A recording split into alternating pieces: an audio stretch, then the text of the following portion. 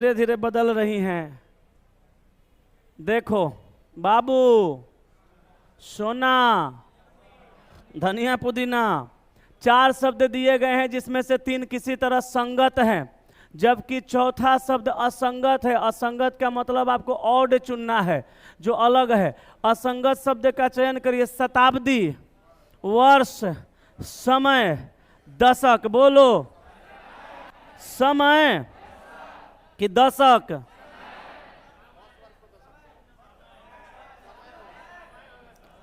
समय गलत है, आगे बोलो। मेरे मुस्कुराने पे नहीं जाओ, हम ऐसे ही मुस्कुराते रहते हैं।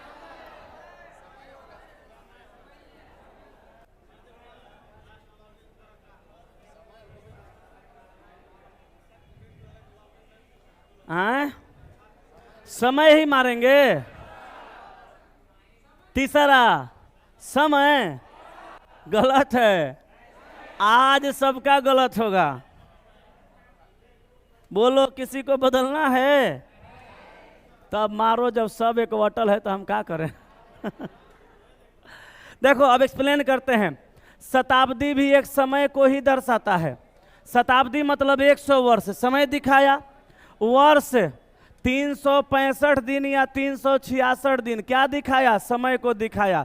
दशक मतलब 10 वर्ष, ठीक है, 10 वर्ष, तो ये भी समय को दिखाया। तो सब अलग अलग समय को दिखा रहा है, जबकि ये इसका ग्रुप है। अलग हो गया। चलें आगे, नेक्स्ट पे आइए। तो कहा बाबू हमार सोना कि टी प्लस यू का अर्थ है टी यू की माँ है, तो आप याद रखिएगा प्लस का अर्थ माँ होगा, ठीक है। टी माइनस यू का अर्थ है टी यू का बेटा है, तो माइनस का मतलब बेटा होगा, ठीक है। आगे कहा टी प्रतिशत यू का अर्थ है टी यू का पिता है, तो पिता लिख दीजिए। गुणा वाला छूट गया। अच्छा, टी गुना क्यू का अर्थ है टी क्यू का भाई है, तो गुणा का मतलब भाई हो गया। चलिए, यहां पे कोई डाउट नहीं है।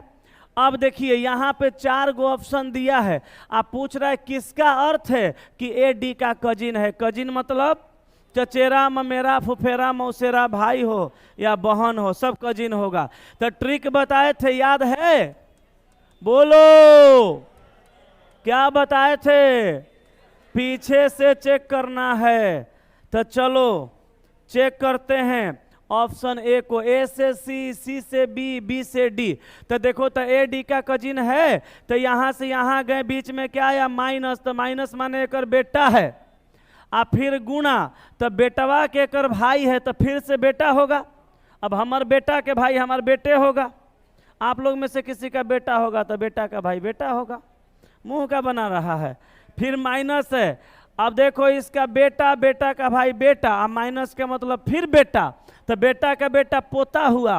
और यहाँ पे कजिन कह रहा है, गलत है। अब चलो, डी से बी, बी से सी, सी से, बेसिक बनाइएगा, टाइम बेसी लगेगा।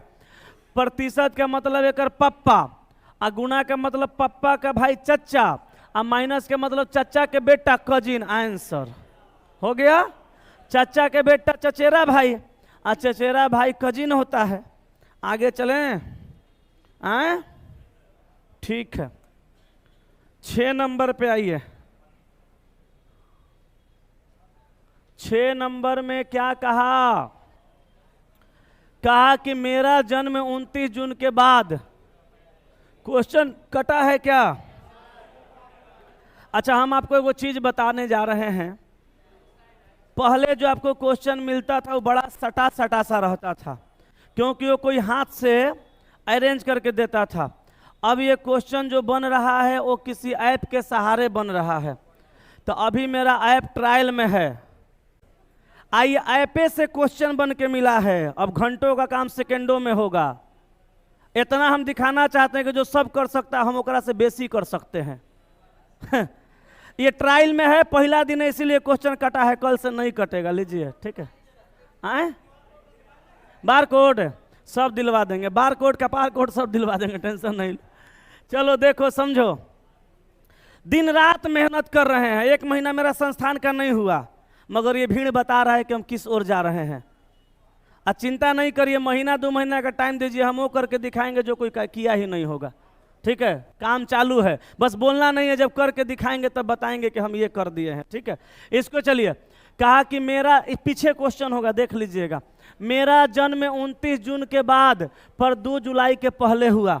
ध्यान दीजिएगा, मेरा जो जन्म हुआ 29 जून के बाद 2 जुलाई के पहले, तो जून महीना कै दिन का बोलो, एकरा मतलब 30 जून को हुआ होगा या 1 जुलाई को हुआ होगा, 2 जुलाई से पहले ना, तो यही हुआ होगा। मेरे पिता का जन्म 30 जून के बाद किंतु 3 जुलाई के पहले, तो 30 जून के बाद जुलाई 1 और 2 यही आएगा। तो ये मेरे हिसाब, ये पिताजी के हिसाब से, यदि मेरे पिता और मैं एक ही दिन जन्म मनाते हैं तो मेरा जन्म कहिया हुआ, 1 तारीख को, मारिए 1 जुलाई। आंसर बड़ी आसान था, यही वाला सवाल कट गया है। तो ट्रायल में चल रहा है अभी, 1-2 दिन में सब धीरे धीरे अरेंज हो जाएगा, चिंता नहीं करना है। आगे चलते हैं, नेक्स्ट क्वेश्चन। क्वेश्चन दिख रहा है ना स्पष्ट तरीका से।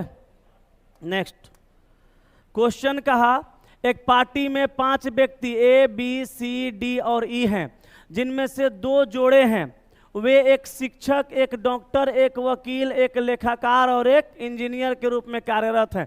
अच्छा, यहाँ समझना है, 2 जोड़ा कह दिया मतलब 5 आदमी में 4 आदमी एक दूसरे के पति पत्नी हैं, जोड़ा के मतलब यही होता है, हालांकि उसी क्रम में नहीं। ठीक है, इंजीनियर का शिक्षक से विवाह हुआ।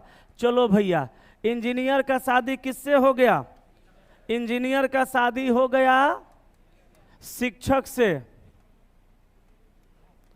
अब एकरा में कौन पति है कौन पत्नी ये केकरो नहीं पता है कि है।